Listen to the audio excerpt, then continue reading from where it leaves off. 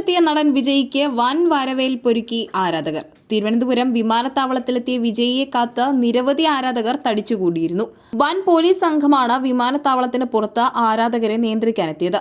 ചെന്നൈയിൽ നിന്ന് പുറപ്പെട്ട ചാർട്ടേഡ് വിമാനം വൈകിട്ട് 5-നാണ് തിരുവനന്തപുരത്തെത്തിയത്. പുതിയ ചിത്രത്തിന്റെ ചിത്രീകരണത്തിനായാണ് വിജയ് കേരളത്തിലെത്തിയിരിക്കുന്നത്.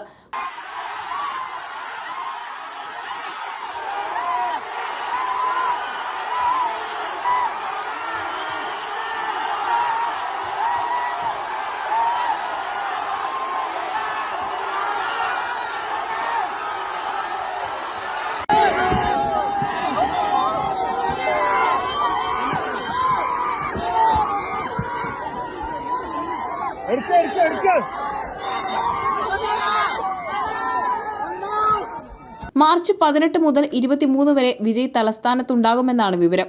ഗ്രീൻഫീൽഡ് സ്റ്റേഡിയം, അന്താരാഷ്ട്ര വിമാനത്താവളം തുടങ്ങിയ സ്ഥലങ്ങളിലായാണ് വിജയ് ചിത്രത്തിന്റെ പ്രധാന ലൊക്കേഷനെന്നും റിപ്പോർട്ടുണ്ട്.